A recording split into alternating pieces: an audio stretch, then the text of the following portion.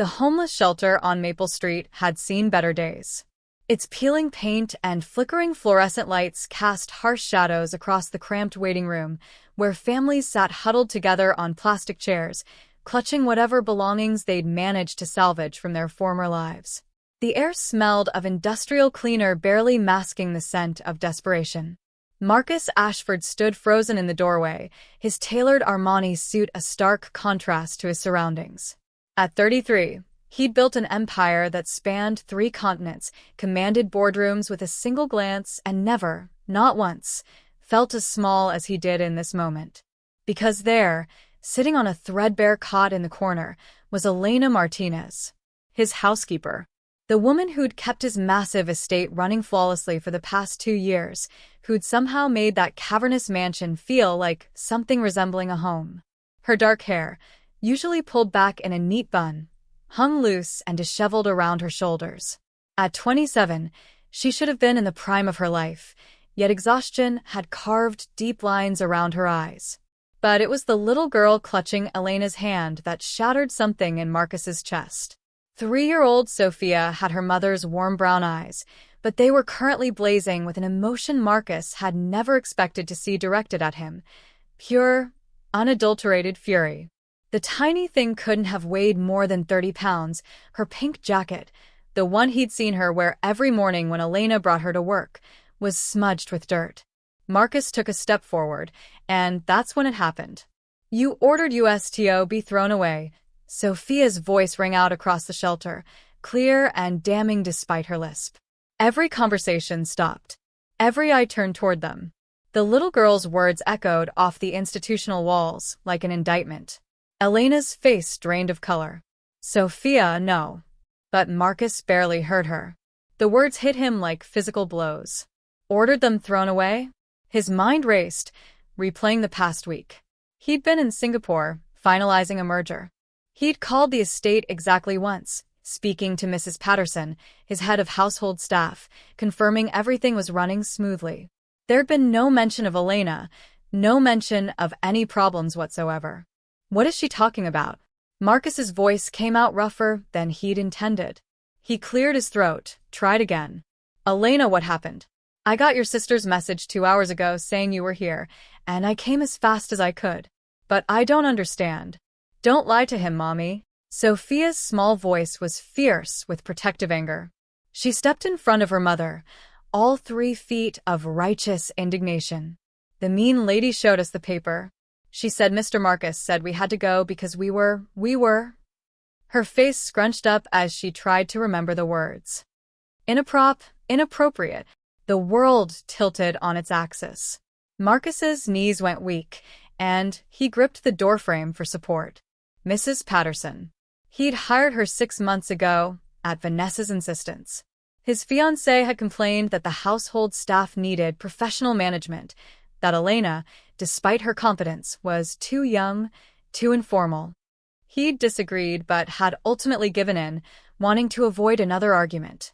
Vanessa had a way of making his life miserable when she didn't get her way.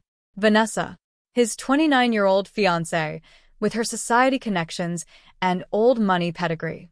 The woman he was supposed to marry in 3 months. The pieces fell into place with sickening clarity. Elena. Marcus's voice dropped to barely above a whisper. Please, tell me exactly what happened. She wouldn't meet his eyes. Her hands trembled as she wrapped her arms protectively around Sophia. Mr. Ashford, you don't need to do this. We don't need your pity. We'll be fine. There's a shelter in the next county that has family rooms, and I've already applied for 3 housekeeping positions. Someone will hire me. We just need a few days. Elena. He said her name more firmly this time, and something in his tone made her finally look up at him. I did not order you dismissed. I didn't even know you were gone until your sister called me. Now please, tell me what happened. The tears that had been threatening finally spilled over.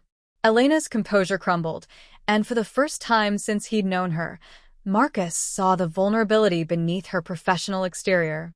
She was so young, he realized with a start.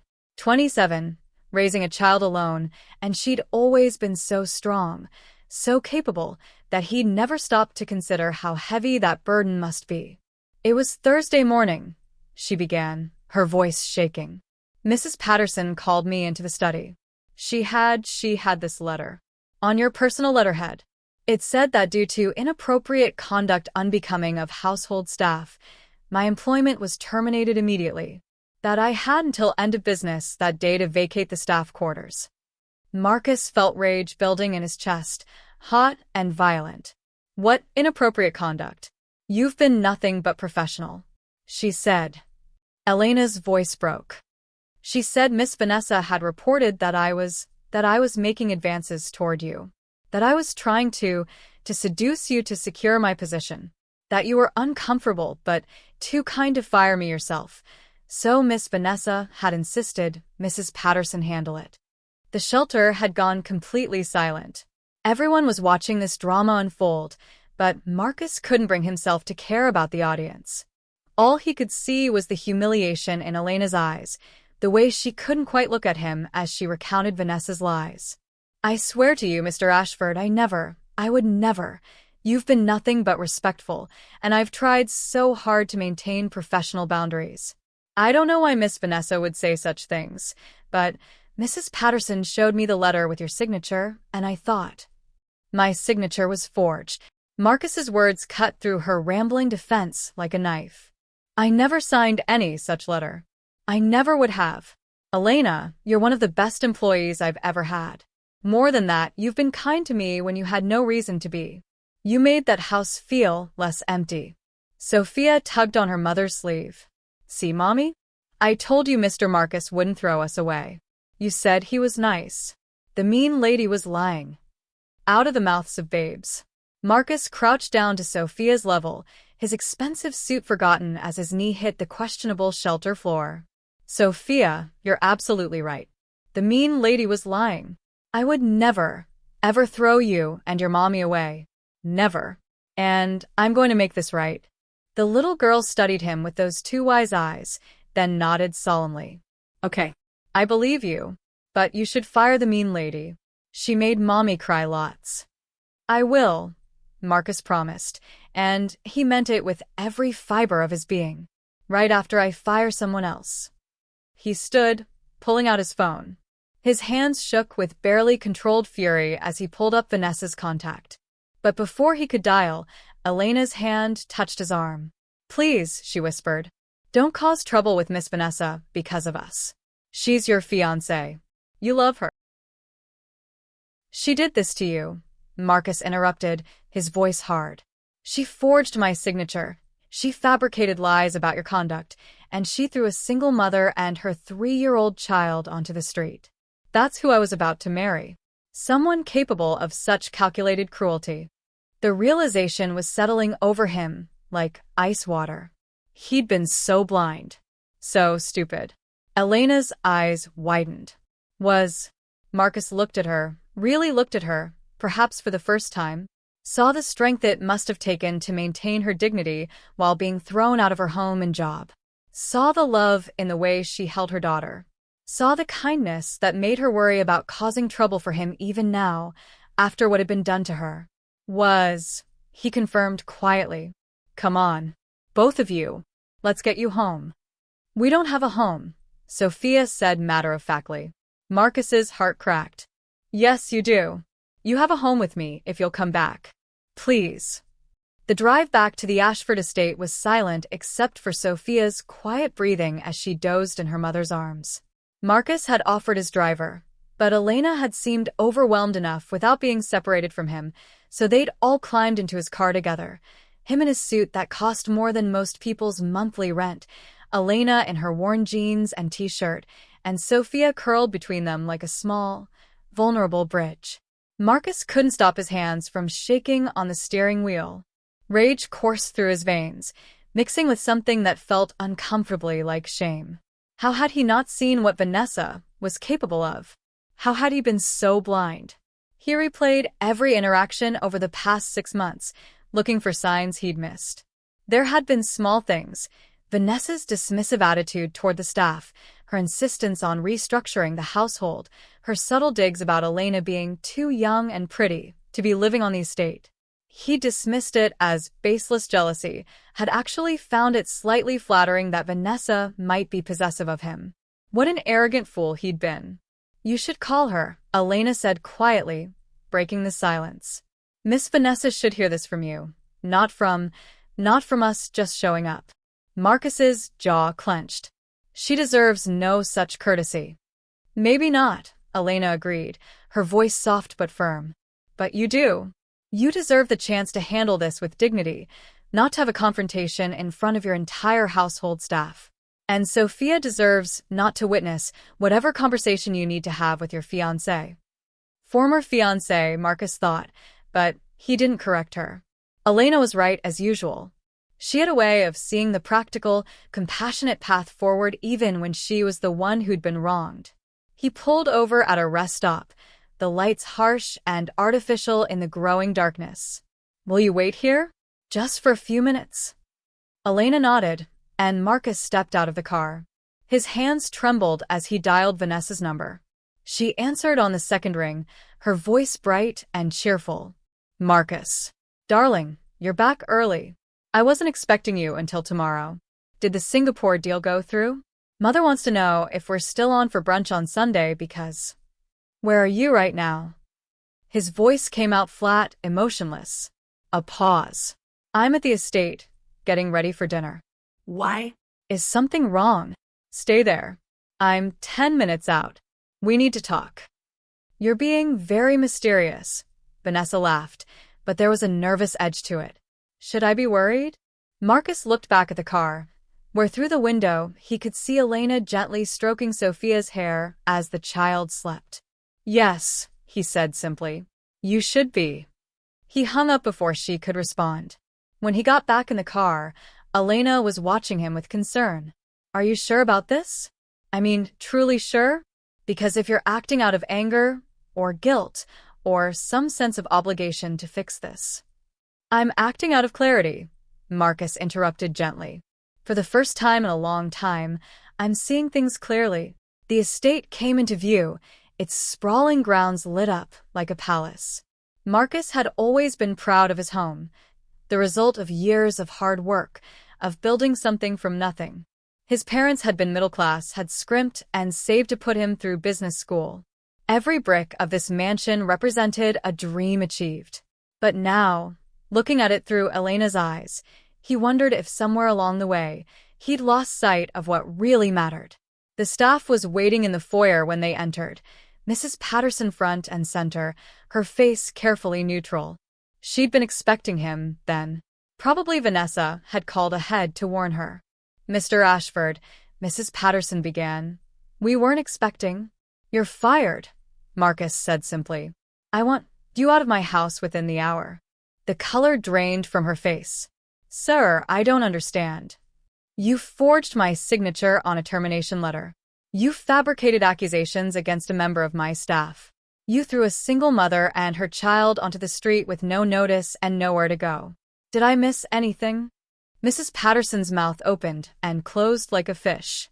Behind her, the rest of the staff stood frozen, shocked into silence. It wasn't my idea, Mrs. Patterson finally stammered. Miss Vanessa, she said. I don't care what she said. You had a choice. You chose cruelty. Get out. The older woman's eyes filled with tears, but Marcus felt no sympathy. He'd save his compassion for those who deserved it. Where is she? He asked the room at large. Where's Vanessa?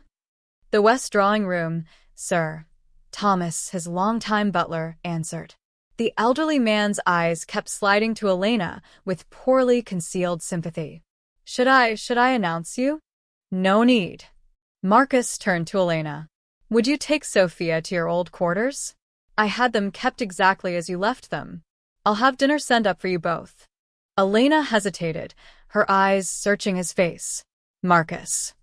It was the first time she'd ever used his first name, and the sound of it on her lips did something strange to his chest. I'll be fine, he assured her. This is something I need to do. She nodded slowly, adjusting Sophia in her arms. We'll be there if you need us. The walk to the west drawing room felt like a death march.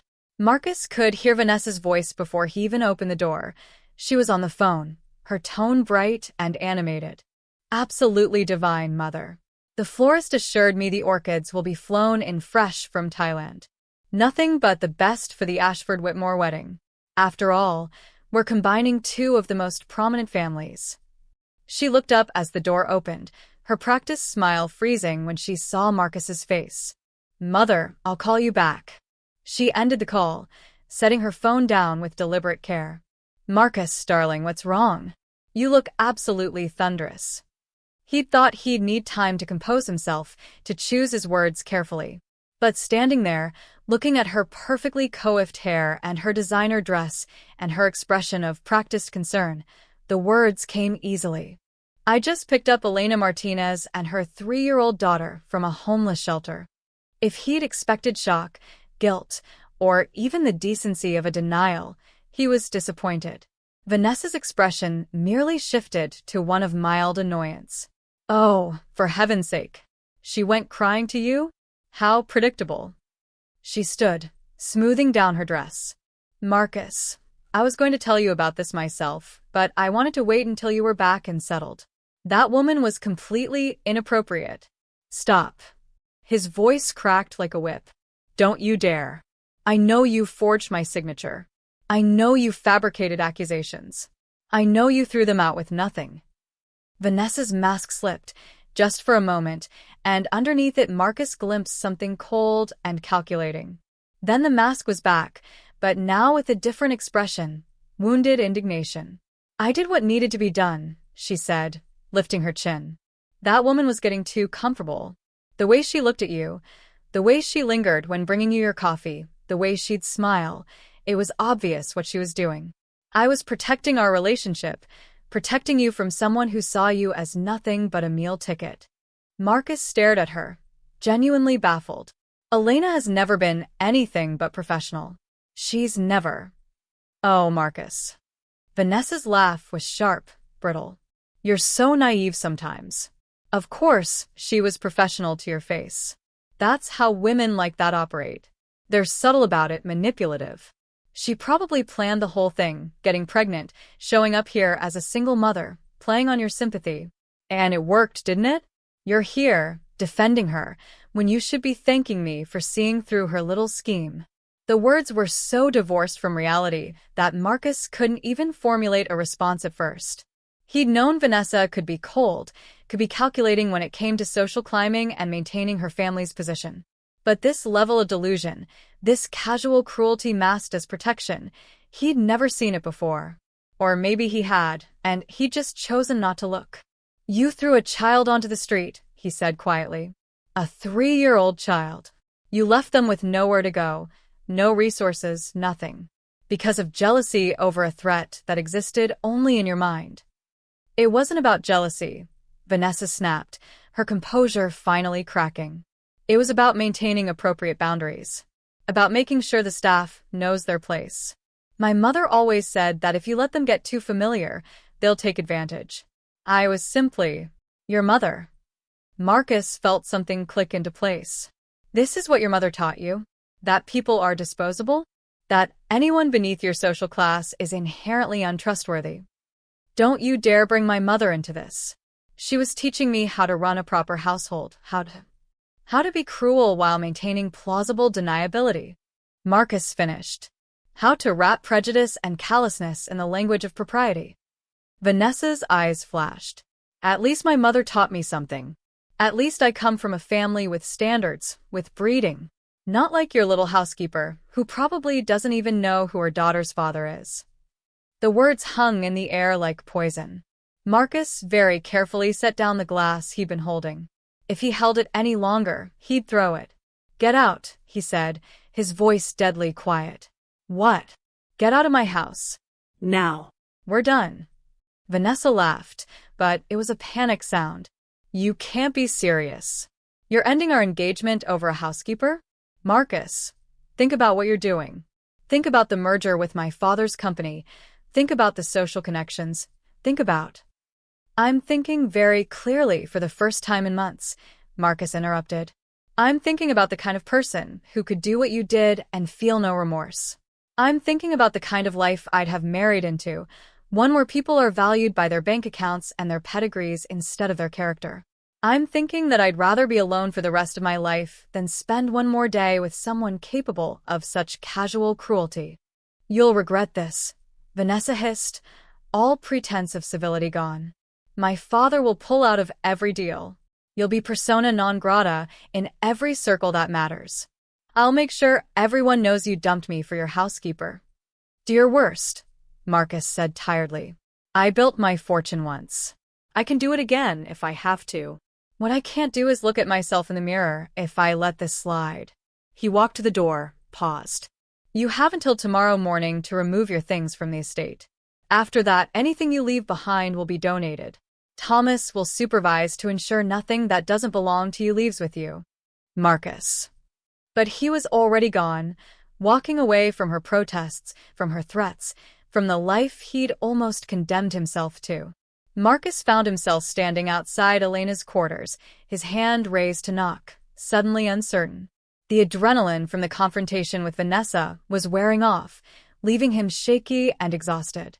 Through the door, he could hear Sophia's voice, high and animated, telling some story that made Elena laugh, a sound he realized he'd heard too rarely. He knocked, and the conversation inside stopped.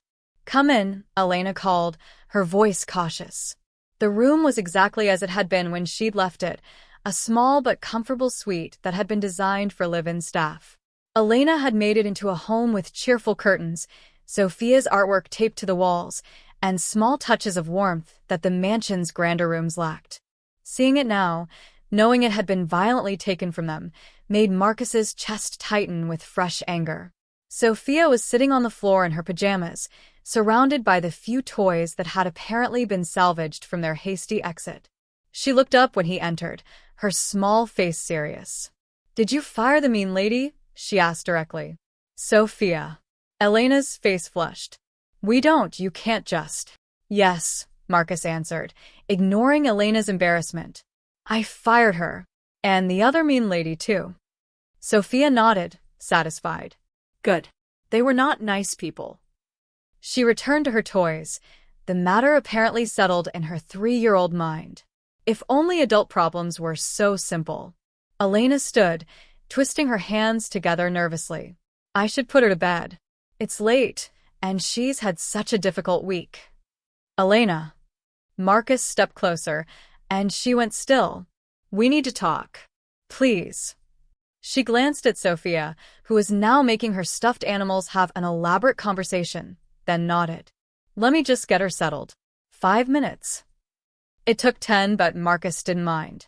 He spent the time looking around the room, seeing Elena's life in the details he'd never noticed before, the photographs of her as a teenager with an older woman who must have been her mother, the childcare books stacked neatly on a shelf, the nurse's uniform hanging in the closet from before she'd taken this job. When Elena emerged from the small bedroom, closing the door softly behind her, her eyes were red. She asked if we're really safe now, Elena said quietly. If the mean ladies are really gone, and we don't have to leave again. I told her yes, but Marcus, I need to know. What happens tomorrow? Next week? You were kind to bring us back tonight, but you've just ended your engagement because of us. Once the anger wears off, once you realize what you've given up. I haven't given up anything worth keeping, Marcus interrupted gently. And I didn't bring you back out of anger or guilt, Elena. I brought you back because this is your home. Because you never should have been forced to leave in the first place.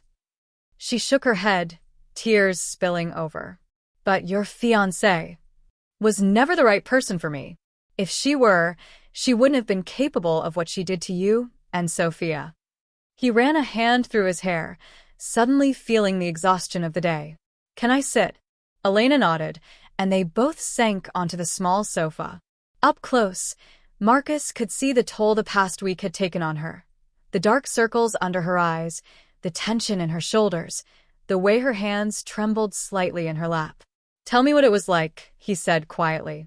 That week. I need to understand. Elena was quiet for a long moment, staring at her hands. When she finally spoke, her voice was barely above a whisper.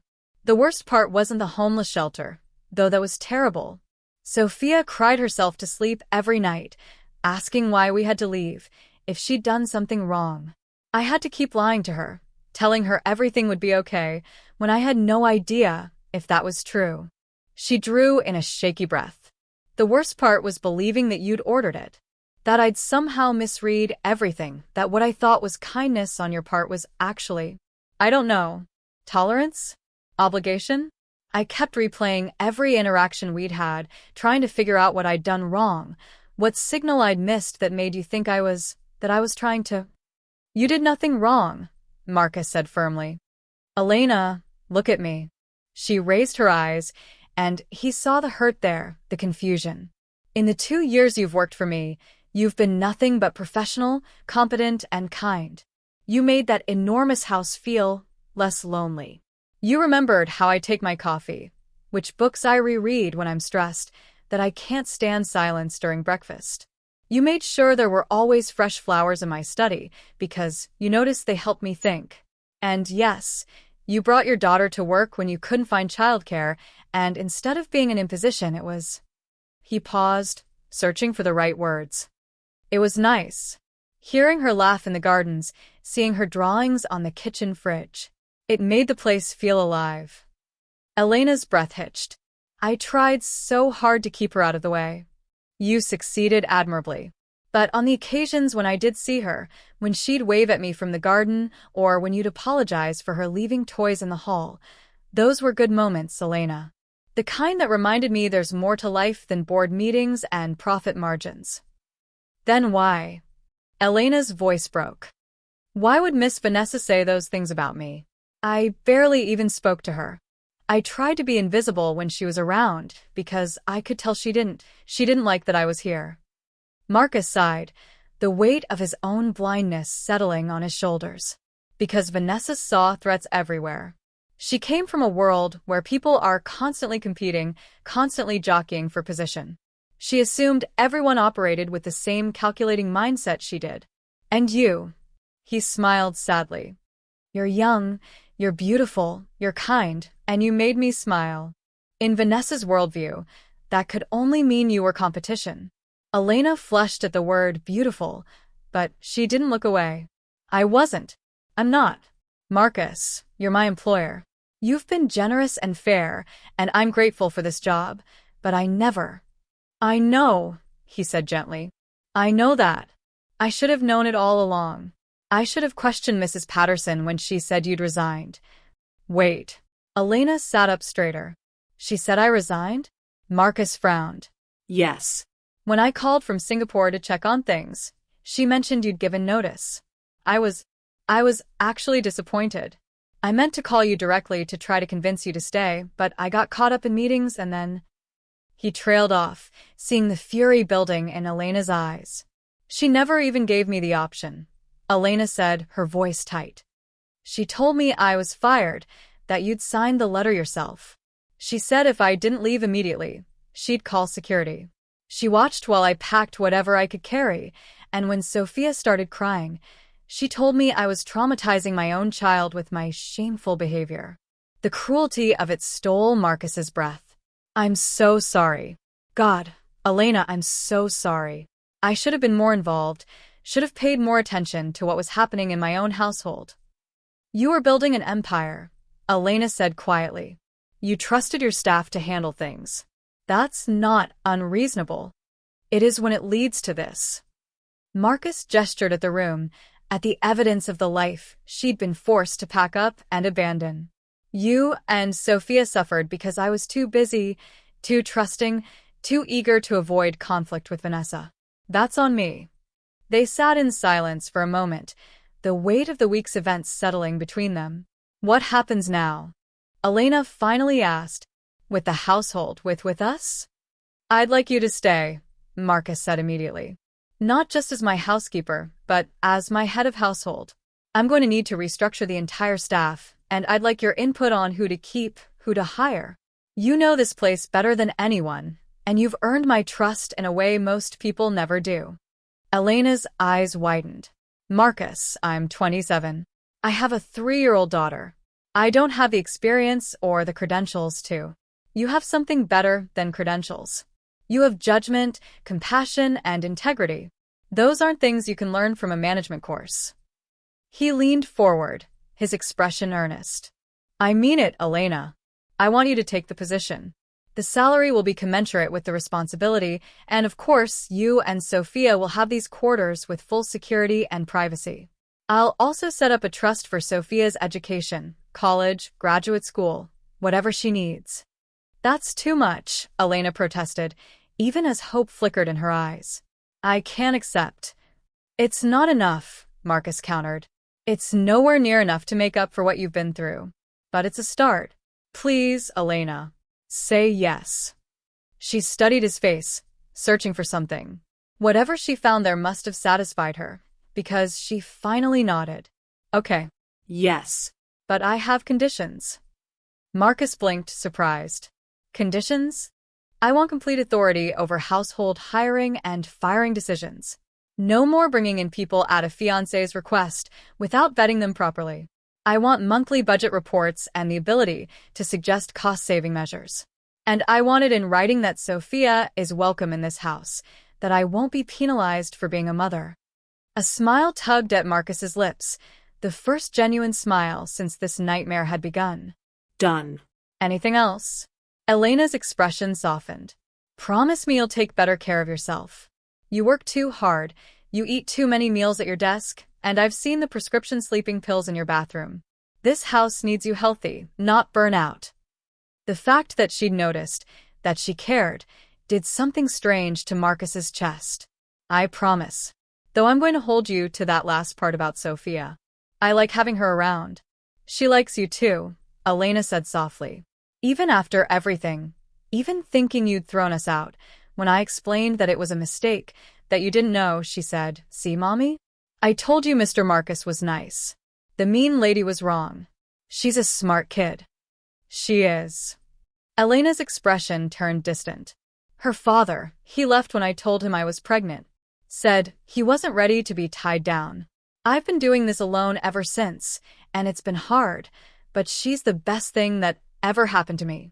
When we were at the shelter, when I thought we might end up on the street, all I could think about was keeping her safe, keeping her warm, making sure she had enough to eat even if I didn't. The casual mention of going without food so her daughter could eat shattered something in Marcus's chest. You'll never have to make that choice again. I swear it. You can't promise that, Elena said, but there was no heat in it. Life happens. Things change. Then I'll promise this instead. As long as I have the means to prevent it, neither you nor Sophia will ever be homeless, hungry, or unsafe. No matter what happens between us professionally, no matter what the future holds, you have my word. Elena's eyes filled with tears. Why? Why do you care so much? It was a good question, one Marcus wasn't entirely sure how to answer. He could say it was about responsibility, about making amends for what his negligence had allowed. He could say it was about basic human decency, about doing what was right. But sitting there in the warm glow of the lamp, with Sophia's soft breathing audible through the bedroom door and Elena's eyes searching his face, Marcus realized the truth was more complicated than that. Because you deserve better, he said quietly. Because Sophia deserves better. Because in the past 2 years, you've made my life richer in ways I didn't even realize until you were gone. And because... He paused, not sure if he should voice the thought that had been forming all evening. Because... Elena prompted softly. Because I'd like us to be friends. Real friends, not just employer and employee.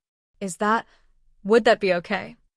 Elena smiled, and it transformed her whole face. I'd like that too. They talked for another hour, making plans for restructuring the household, discussing which staff members had been complicit in Elena's dismissal and which had been kept in the dark. Elena had a sharp memory and even sharper instincts about people, pointing out small moments Marcus had missed, who had seemed surprised when she didn't show up for work, who had seemed smug, who had asked after her welfare. By the time Marcus finally stood to leave, exhaustion dragging at his bones, he felt lighter than he had in months. At the door, he paused. Thank you, he said. Elena tilted her head, confused. For what? For giving me another chance. For not judging me by Vanessa's actions. For agreeing to stay. Thank you for coming to find us, Elena countered. For believing us. For. She trailed off, then stepped forward and, before Marcus quite knew what was happening, wrapped her arms around him in a brief, fierce hug. It was over in seconds, but the warmth of it stayed with Marcus as he walked back to his own quarters. For the first time since he'd built this massive estate, it actually felt like a home. Marcus woke to sunlight streaming through his windows and the scent of fresh coffee wafting up from the kitchen. For a moment, still caught in the haze between sleep and waking, he forgot about the previous day's chaos. Then it all came rushing back. The shelter, Sophia's accusation, Vanessa's cold dismissal, Elena's tears. He sat up, running a hand through his disheveled hair. His phone showed 15 missed calls from Vanessa and twice that many from her father. There were also several texts from his attorney, his business partner, and various society friends wanting to know if the rumors were true. Word traveled fast in their circles. Marcus deleted Vanessa's voicemails without listening to them and sent a brief text to his attorney requesting a meeting to discuss the implications of the broken engagement on his business dealings. Then he showered, dressed, and headed downstairs. The kitchen was bustling with activity. Elena stood at the center of it, her hair pulled back in that familiar bun, wearing her housekeeper's uniform as if the past week had never happened. But there were differences. The staff members who'd been complicit in her dismissal were notably absent, and the ones who remained kept shooting her uncertain glances, as if unsure of their standing. Sophia sat at the kitchen table, happily munching on pancakes shaped like animals. When she saw Marcus, her face lit up. Mr. Marcus. Look, Elena made me an elephant.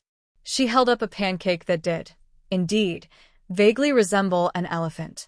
Elena? Marcus questioned, looking at the woman in question. She flushed slightly. She had trouble with Miss Martinez, and Mommy was confusing when my mother came to visit, so I told her she could call me Elena. I hope that's... It's perfect, Marcus assured her.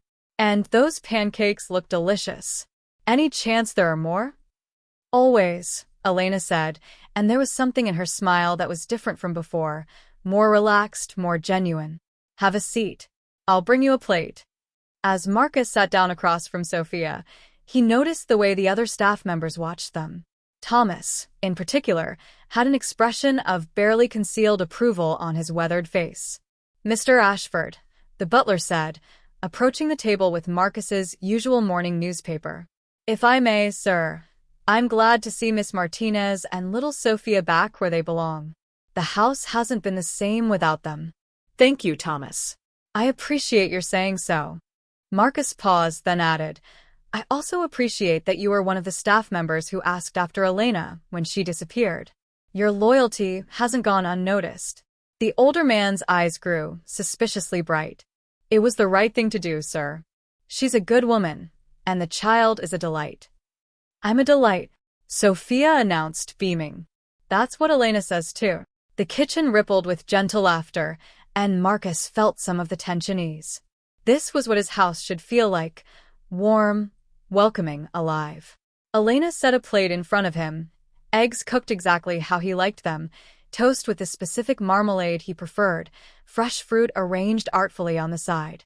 It was the level of attention to detail he'd come to expect from her, but this time he really saw it, really appreciated the care she put into even simple tasks. This looks wonderful. Thank you. You're welcome. She hesitated, then added quietly, I've prepared a list of candidates for the open staff positions. I thought we could review them after breakfast if you have time.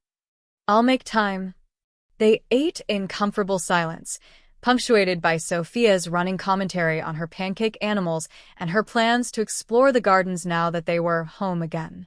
Marcus found himself relaxing in a way he rarely did, the usual tension of his morning routine absent. His phone buzzed. Vanessa's father. Marcus silenced it. You're going to have to talk to him eventually, Elena said softly, having noticed. I know, but not today. Today I want to focus on fixing what I allowed to break. An hour later, they were in Marcus's study, Elena perched on the edge of one of the leather chairs while Sophia played quietly in the corner with a set of building blocks that Marcus had hastily ordered from the toy store in town. "These are the 3 candidates I think would be best for head housekeeper," Elena said, spreading out resumes on his desk. Mrs. Chun has 20 years of experience with large estates, impeccable references, and specifically noted that she's worked with families who have young children. She understands that a home should be warm, not just clean. Marcus reviewed the resume. "She's currently working for the Morrison family. That's a lateral move at best. Why would she want to leave? I called her this morning. I hope that's okay. She said the Morrisons are downsizing, moving to a smaller property. She's being let go, but with excellent references. She's available immediately." "You called her already?" Elena nodded. "I know how to move quickly when needed. If you'd like to interview her yourself." "No, I trust your judgment. If you think she's right for the position, hire her." Elena blinked. "Just like that? Just like that? You know what this household needs better than I do." Marcus leaned back in his chair, studying her. "I meant what I said last night, Elena. You're my head of household now. That means you have the authority to make these decisions." She worried her lower lip between her teeth, a gesture he was coming to recognize as her thinking deeply about something. "It's going to take me time to get used to this. Yesterday I was being thrown out. Today I'm making executive decisions about staffing." "Welcome to the roller coaster of the Ashford household," Marcus said wryly. "It's been quite a week." "That it has." She gathered the resumes, then hesitated. "Marcus, I need to ask you something, and I need you to be completely honest with me." The seriousness in her tone made him sit up straighter. "Of course. What happens when you meet someone new? Another woman, I mean. Someone you might want to marry eventually. I don't want to be in a position where I'm seen as a threat again. Where Sophia and I have to leave because your partner is uncomfortable with us being here." It was a fair question, and one Marcus had been thinking about himself. "Then I'll choose better next time. Anyone who would ask me to fire you or make you feel uncomfortable isn't someone I'd want to be with. You and Sophia are part of this household. That's not changing." "You can't know that," Elena said gently. "People compromise in relationships. It's natural. And if I were in a relationship with someone who had a young, single woman living on the property, I'd probably have questions too. Then we'll address those questions openly and honestly. We'll set clear boundaries if needed. But Elena, I'm not going to ask you to leave to make a hypothetical future partner more comfortable. If I learned anything from Vanessa, it's that I should have trusted my own judgment more and been less willing to compromise my values for the sake of avoiding conflict." Sophia wandered over, tugging on Elena's sleeve. "Mommy, can we go see the gardens now? I want to show Mr. Marcus my favorite flowers." Elena glanced at Marcus, who immediately stood. "I'd love to see them. Lead the way." The gardens were spectacular this time of year, roses in full bloom, the herb garden fragrant in the morning sun. Sophia ran ahead, her delighted squeals echoing as she chased butterflies and exclaimed over every blossom. "She missed this," Elena said softly, watching her daughter with fierce love in her eyes. At the shelter, there was just concrete and chain-link fence. She kept asking when we could see flowers again. Marcus's chest tightened. "I'm so sorry you both went through that." "Stop apologizing," Elena said, but there was no sharpness to it. "You didn't do this. You fixed it. That's what matters." They walked in silence for a while, following Sophia's meandering path through the garden. Marcus found himself noticing things he'd never paid attention to before. The way Elena's face softened when she looked at her daughter, the unconscious grace of her movements, the little smile that played at her lips when Sophia said something particularly silly.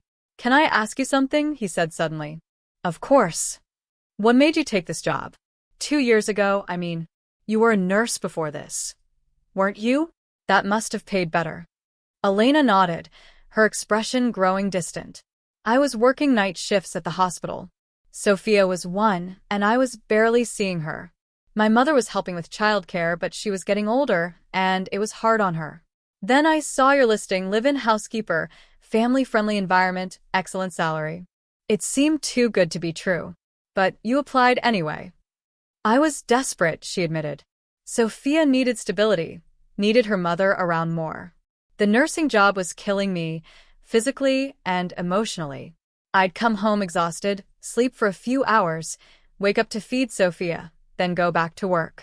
I was missing everything, her first steps, her first words. My mother was getting all the moments I should have had. I'm sorry. Don't be. This job gave me my daughter back.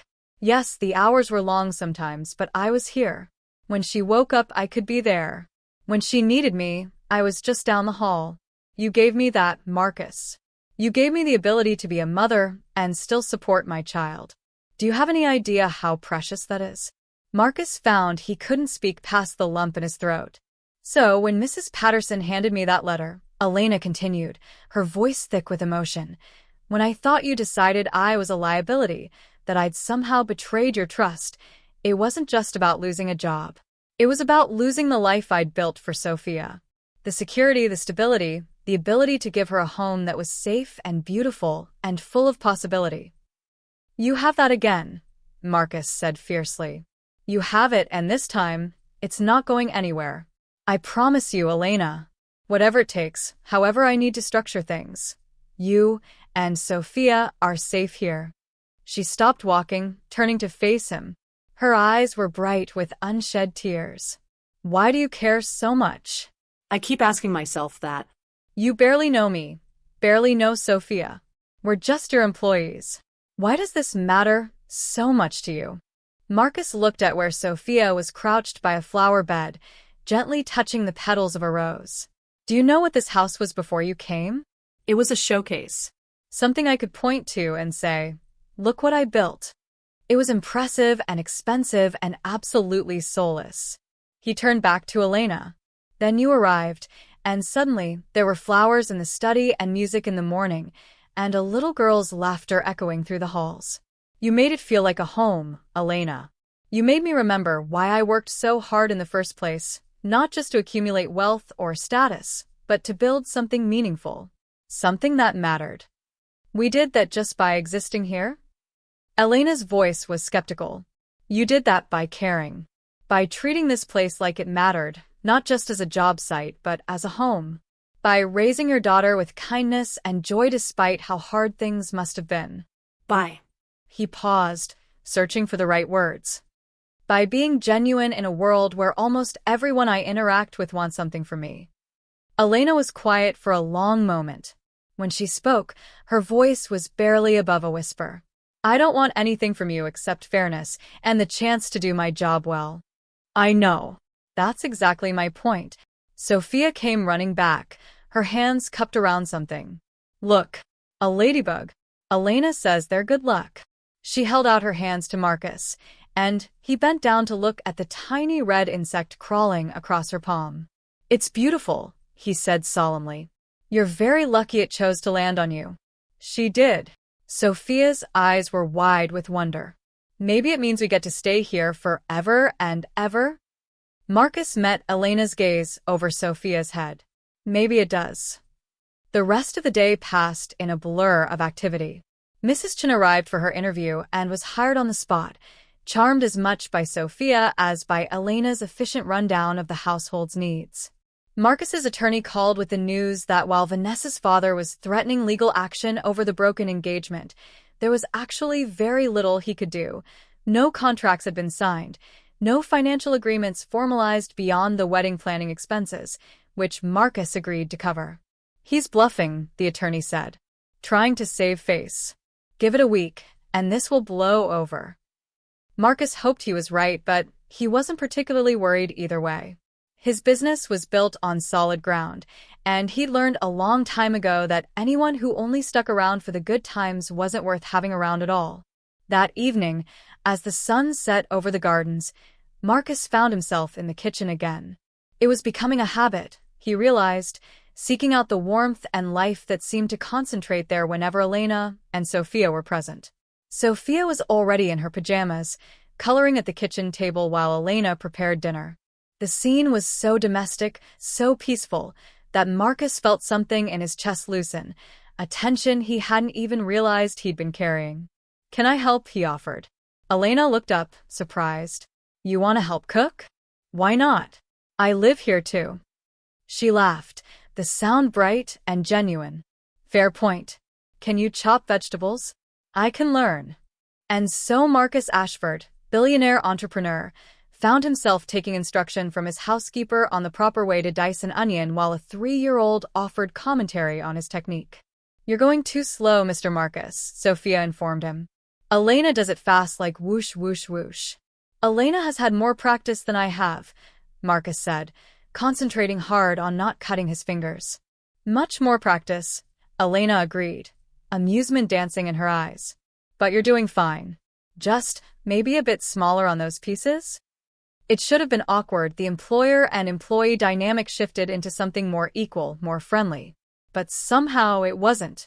It felt natural, like they'd done this 100 times before.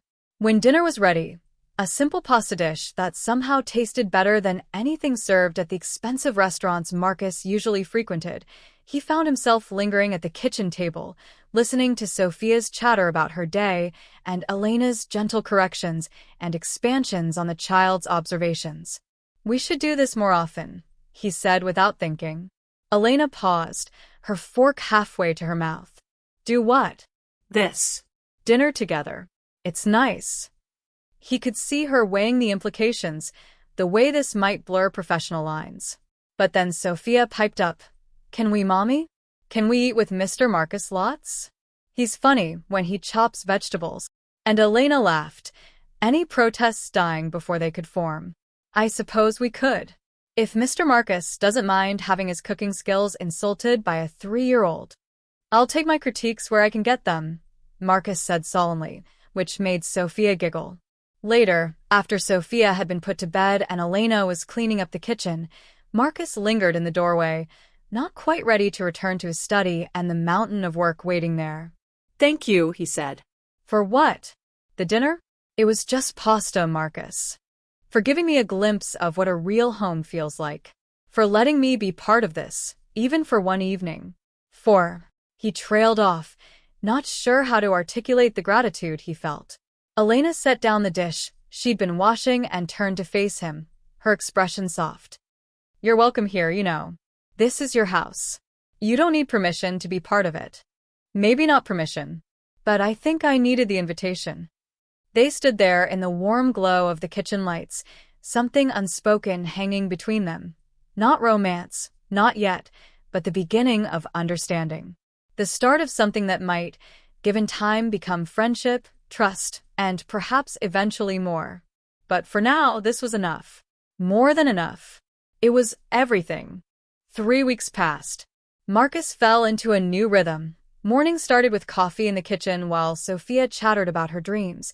Evenings often ended with him helping to prepare dinner, while Elena directed his, slowly improving, culinary efforts. The mansion transformed around them, becoming warmer, more lived in, more like a real home. Mrs. Chin proved to be everything Elena had promised, efficient, kind, and absolutely fearless when it came to managing the other staff. Within days, she'd reorganized the cleaning schedules, improved the household budget, and won Sophia over with her talent for making elaborate paper cranes from origami paper. Marcus's business associates noticed the change in him.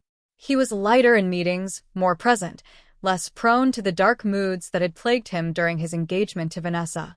When his business partner asked what had changed, Marcus just smiled and said he'd gotten rid of some dead weight. But not everything was perfect. The society pages had a field day with the broken engagement. Vanessa gave several interviews painting herself as the wronged party, implying that Marcus had been having an affair with household staff. She never named Elena directly, but the implications were clear enough that photographers began lurking outside the estate gates, hoping to catch a glimpse of the woman who'd supposedly stolen Marcus Ashford's heart. Elena handled it with remarkable grace, but Marcus could see the toll it took. She flinched when she saw the paparazzi, kept Sophia inside more than the child liked, and began to withdraw slightly, as if trying to make herself smaller, less visible. It came to a head on a Thursday afternoon. Marcus was in his study, reviewing quarterly reports, when he heard raised voices from the garden. He looked out the window to see Elena standing near the garden gate, her body language defensive, while a photographer leaned over the fence, camera raised. He was down the stairs and out the door before he'd consciously decided to move. "Just want a few shots," the photographer was saying. "Come on, sweetheart, smile for the camera. Let me see that pretty face that caught a billionaire's eye. Get off my property." Marcus's voice cut through the air like a whip. Now. The photographer turned, and his grin widened when he saw Marcus. "Mr. Ashford. Perfect. How about a shot of you two together? Really give the public what they want to see." "I said get off my property. You're trespassing. I will call the police." "It's a public easement," the photographer argued, but he was already backing away from the fence. "I'm not technically. I have 3 lawyers who would love to debate property law with you. Would you like their numbers?" Marcus pulled out his phone. "Or should I just call the police directly?" The photographer muttered something crude under his breath, but retreated to his car parked across the street. Marcus made a mental note to call his attorney about getting a restraining order. He turned to find Elena watching him, her arms wrapped around herself despite the warm afternoon sun. "Are you okay?" he asked gently. "I'm fine. I came out to pick some herbs for dinner, and he appeared out of nowhere. Started asking questions about us, about whether we were sleeping together, about whether I was." She cut herself off, her face flushing. "It doesn't matter what he said. It matters if it upset you." "I'm not upset. I'm angry." Her eyes flashed. "I'm angry that he can say whatever he wants, imply whatever he wants, and there's nothing I can do about it. I'm angry that Sophia asked me yesterday why there were bad men with cameras outside her house. I'm angry that I can't even pick basil without being harassed." Marcus had never seen her like this. All of her usual composure stripped away, leaving raw emotion underneath. It made his chest ache. "I'm going to fix this," he promised. How? "You can't control what Vanessa tells the press. You can't stop photographers from camping outside your property. And you certainly can't stop people from thinking what they're going to think about us." She laughed, but it was a bitter sound. "Maybe she was right to want me gone. Maybe I am nothing but trouble." "Don't." Marcus stepped closer, and his voice was harder than he'd intended. "Don't you dare let her poison get into your head. You're not trouble. You're not a liability. You're a good mother, an excellent employee, and a kind person who deserves better than this harassment." "But this is happening because of me," Elena protested. "If I weren't here, if you hadn't brought us back, then my house would still be empty, my meals would still be eaten alone, and I'd still be engaged to a woman who valued appearances over humanity. Is that the alternative you're suggesting?" Elena was quiet for a long moment. When she spoke, her voice was small. "I just don't want to be the reason your life becomes difficult. My life was already difficult. You made it better. There's a difference." They stood there in the garden, surrounded by the roses Elena had carefully tended, the herbs she'd planted, the evidence of the life she'd built in this space. Finally, Elena took a deep breath. "I need to tell you something," she said. "Something I should have mentioned before, but I was afraid it would change how you saw me." Marcus's stomach tightened. "Okay."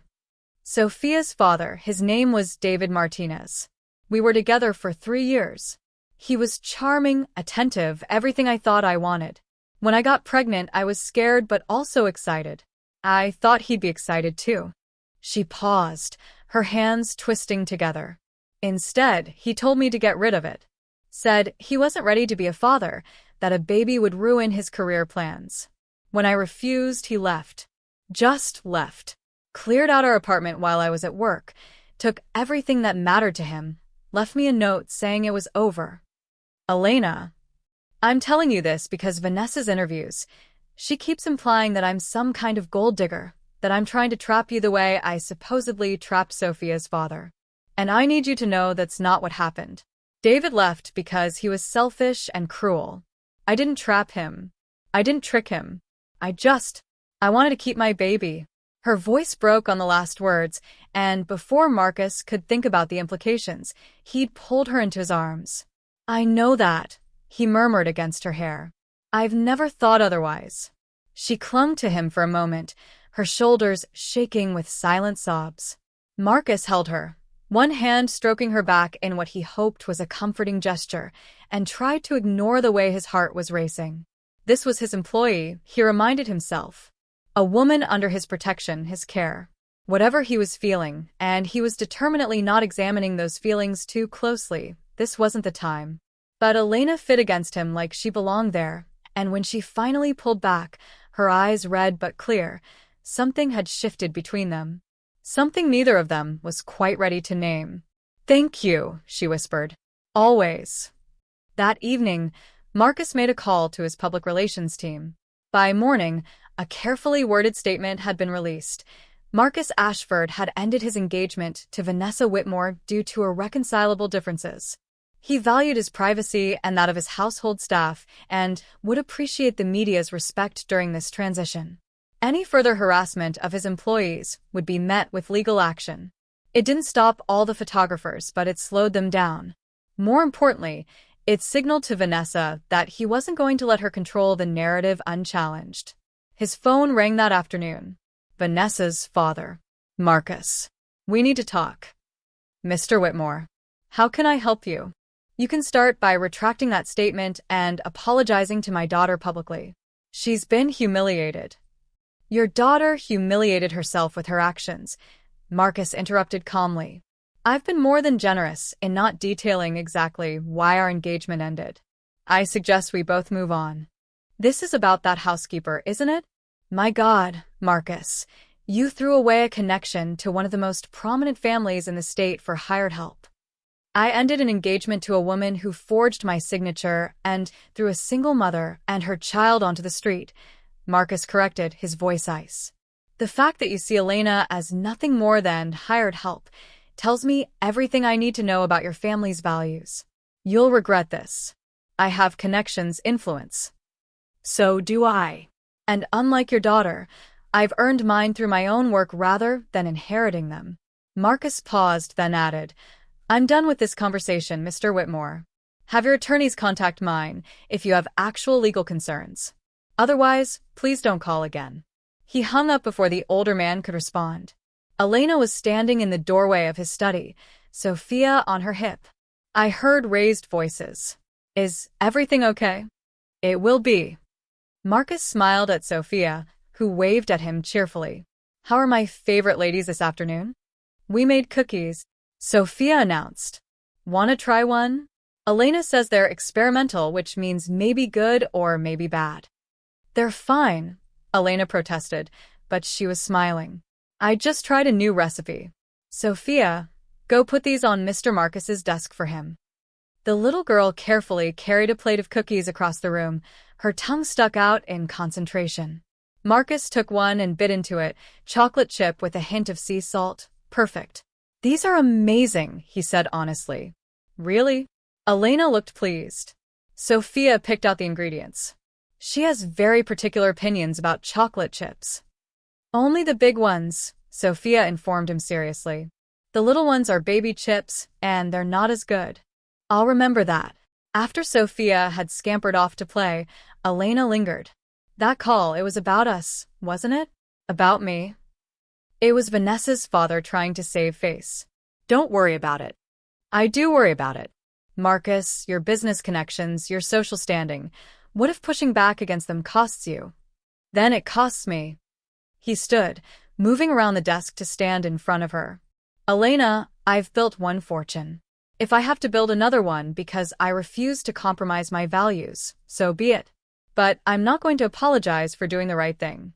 I'm not going to pretend that what Vanessa did was acceptable just to maintain some business connections." "You're so certain," Elena said softly. "How do you know you won't regret this?" "Because I already spent 6 months regretting my engagement to Vanessa. I'm not going to spend the rest of my life regretting standing up for what's right."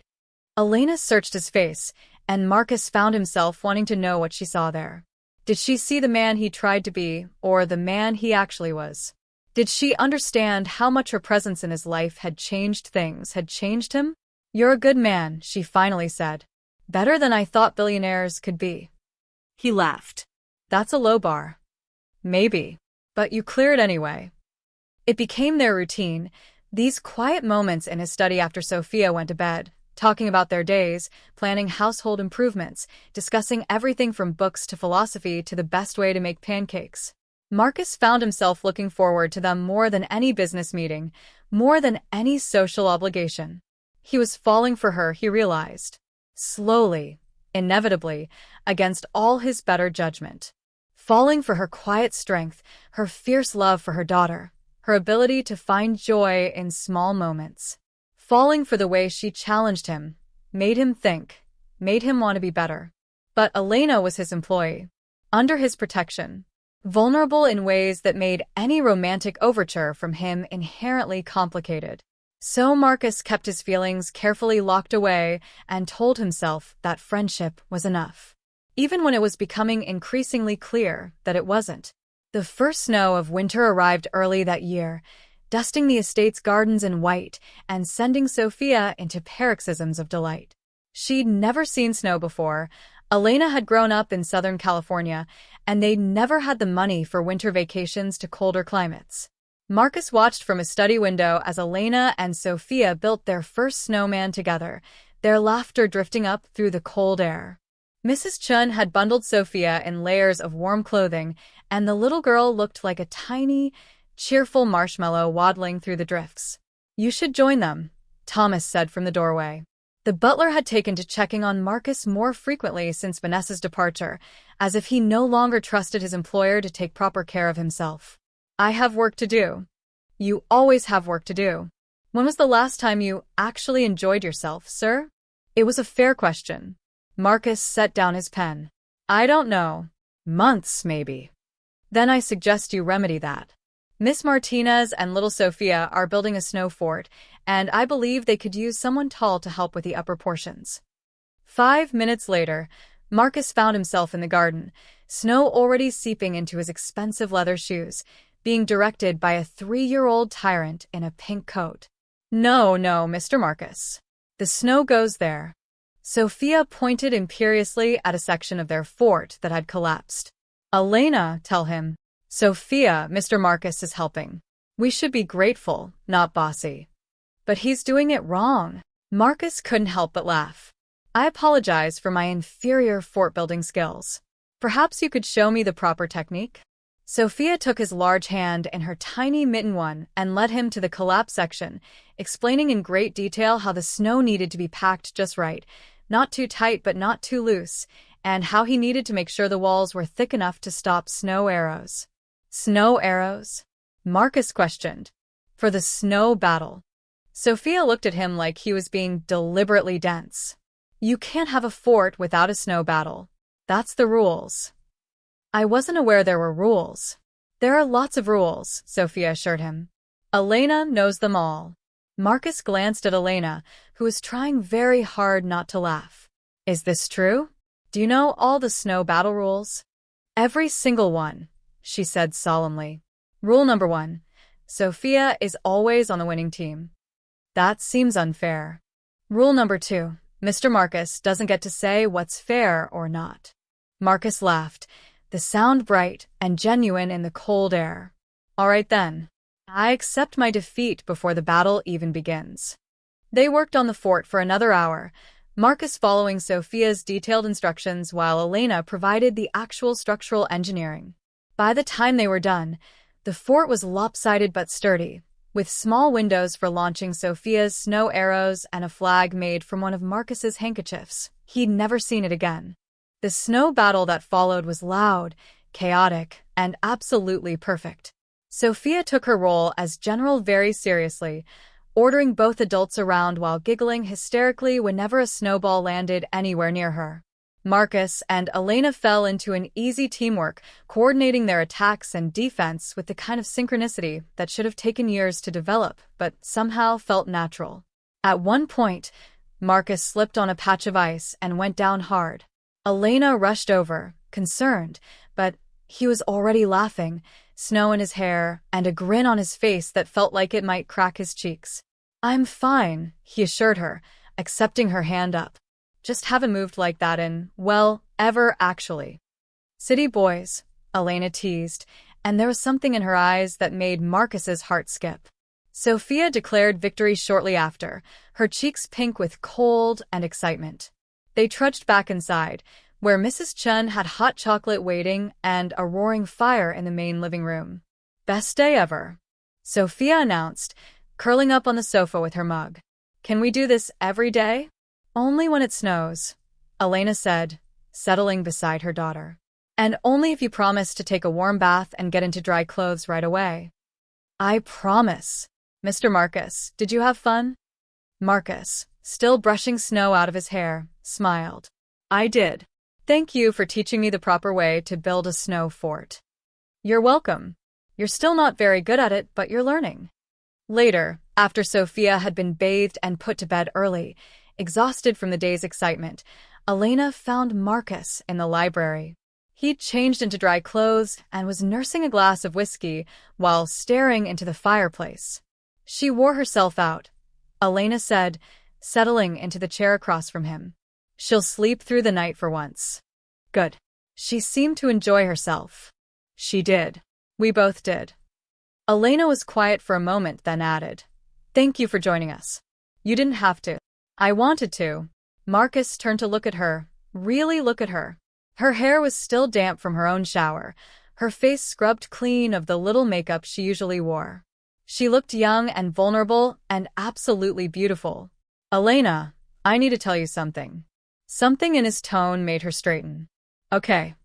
These past few months, having you and Sophia here, getting to know you both, building this friendship we have, it's been the best part of my year. Maybe the best part of several years. He set down his glass, kneading his hands free even if he wasn't sure what to do with them. You've changed this house. You've changed me. Marcus. Please let me finish. I know the timing is terrible. I know I'm your employer, and there's a power dynamic that makes this complicated. I know you've been hurt before, and you have every reason to be cautious. But I need you to know I have feelings for you. Romantic feelings. And I've been trying to ignore them because I didn't want to make you uncomfortable or put you in an impossible position, but after today, after seeing you so happy and feeling like maybe, possibly, we could be something more than just employer and employee. He ran out of words, his carefully planned speech dissolving into emotional honesty. Elena sat very still, her expression unreadable. The silence stretched between them, heavy with implications. I'm sorry, Marcus finally said. I shouldn't have. This was inappropriate. Please forget I said anything. I won't let it affect our working relationship, I promise. Stop talking, Elena interrupted softly. She stood, crossed the space between them, and knelt down in front of his chair so their eyes were level. Just stop talking for a minute and let me think. Marcus fell silent, his heart pounding so hard he was sure she could hear it. I have feelings for you too, Elena finally said, and Marcus felt like the world tilted on its axis. I've been trying to ignore them for the same reasons you mentioned, the power dynamic, the complication, the fact that I work for you and live in your house and my entire life depends on maintaining this job. But Marcus, when you picked me up from that shelter, when you believed me without question, when you stood up to Vanessa and her father for me, something shifted. She took a shaky breath. And then watching you with Sophia, seeing you play in the snow like a kid, hearing you laugh in a way I don't think I've ever heard before, I realized I don't want to ignore these feelings anymore. But I'm scared. I'm terrified, actually, because what if this goes wrong? What if we try and fail, and I lose not just you but this home, this security, everything Sophia and I have built here? Marcus slid out of the chair to kneel in front of her, taking her hands in his. Then we'll be careful. We'll take things slow. We'll make sure Sophia's needs come first, that your security is never dependent on our romantic relationship. I'll have my lawyers draw up papers guaranteeing your position here regardless of what happens between us personally. Will. Elena laughed, but there were tears in her eyes. You're already planning contingencies for our breakup before we've even kissed. I'm a businessman. I plan for everything. Marcus smiled, reaching up to brush a strand of hair from her face. But what I really want to plan for is a future where we don't break up. Where this works. Where we build something real together. That's a nice plan, Elena whispered. Then let's try it. No pressure, no expectations beyond honesty and respect. Just, let's see where this goes. Elena searched his face, and whatever she found there must have satisfied her because she smiled, a real smile, bright and hopeful and beautiful. Okay, Yes. let's try. Marcus kissed her then, soft and gentle and full of promise. She tasted like hot chocolate and hope, and when she kissed him back, wrapping her arms around his neck, he felt like he was finally, truly home. They broke apart slowly, both of them smiling like teenagers. We should probably talk about this, Elena said. Set some ground rules, discuss how to handle this with the staff, figure out what to tell Sophia. Tomorrow, Marcus murmured, kissing her again. We can plan tomorrow. Tonight, let's just enjoy this. So they stayed there by the fireplace, talking and kissing and planning a future that felt impossibly bright. They discussed how to maintain professional boundaries in front of the staff, how to gradually introduce the idea to Sophia that Mr. Marcus might become more than just a friend, how to handle the inevitable media attention when word got out. But mostly, they just talked about simple things, their favorite books, their worst first dates, their hopes for the future. Elena told him about her dreams of going back to school someday, maybe getting a degree in hospitality management.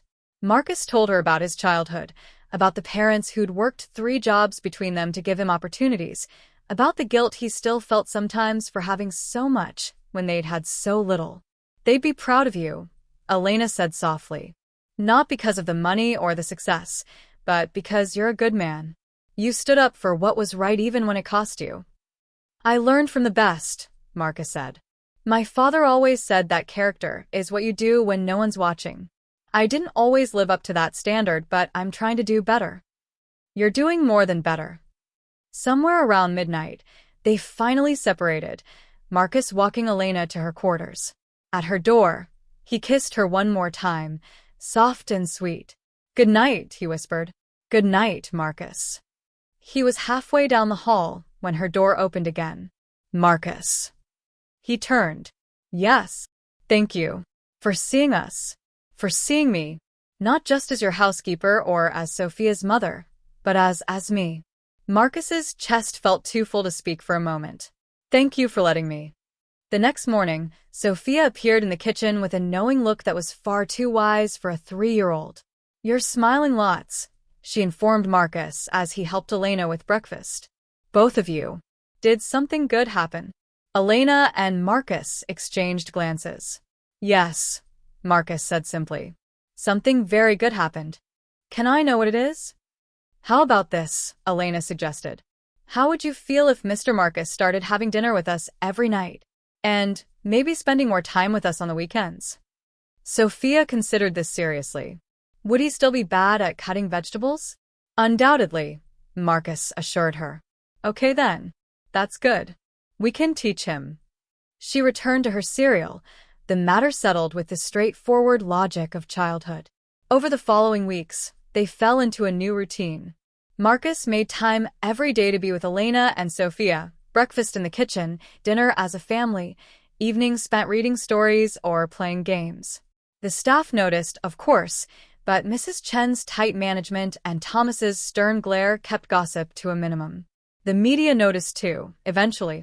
There were articles speculating about Marcus's new relationship, photographers trying to catch glimpses of Elena.